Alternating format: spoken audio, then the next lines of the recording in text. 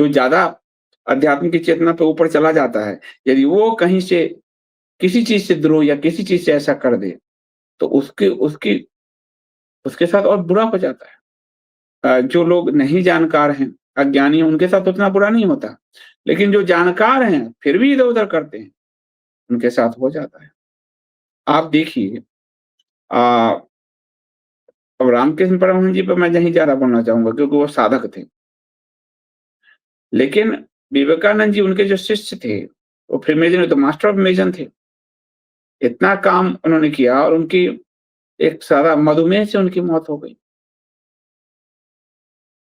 आज मधुमेह का टीका लेके लाखों लोग जीवित रहते।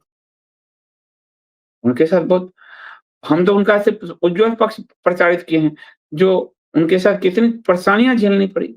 तो जो साधक है, उसको दंड भी परमात्मा वैसे ही देता है, यदि वो द्रोह करे धर्म के साथ। श्री राम के परमहंस प्री मिशनरी थे, तो उनको दर्शन माता काली कैसे दिया? अब आध्यात्मिक तो उत्तर दीजिए। माता काली दर्शन देते हैं, आध्यात्मिक चेतना अलग चीज़ है और उस चेतना का रावण को कैसे ब्रह्मा जी ने दर्शन दिया? कुंभकर्ण को कैसे दिया?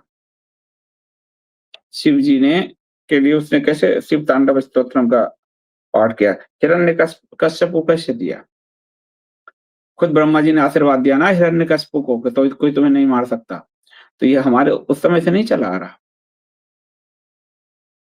परमात्मा आप जब उस तप बल का उपयोग करते हैं, तंत्र तप का उपयोग करते हैं, तो परमात्मा उसके लिए आपको वरदान देते हैं, आशीर्वाद देते हैं, दर्शन देते हैं। पर आप तो फिर हिरण्यकशिपु ने फिर क्या किया? रावण ने फिर क्या किया है? हिरण्याक्ष ने फिर क्या किया? तो ये तो आपको हमारे पूरे इतिहास में भरा हुआ है। ये कोई ऐसी बात तो है नहीं। व्यक्तिगत चेतना के स्तर से यदि आप परमात्मा को भजते हैं, उनको उनकी तपस्या करते हैं तो परमात्मा आपको दर्शन देंगे। अब उस शक्ति का दुरुपयोग आप विदेशियों के लिए और इस सब के लिए करिएगा, अपनी पूजा कराने के लिए करिएगा जैसे हिरण्यकश्यप ने किया, तो बाद में आपको परिणाम बाद में मिलेगा। रामकृष्ण परमहंस जी का काली माँ के भक्त थे लेकिन कैंसर से खून की उल्टियाँ करते हुए भी मरे, ये बात भी तो सत्य है। ये बात भी तो उतना ही सत्य है।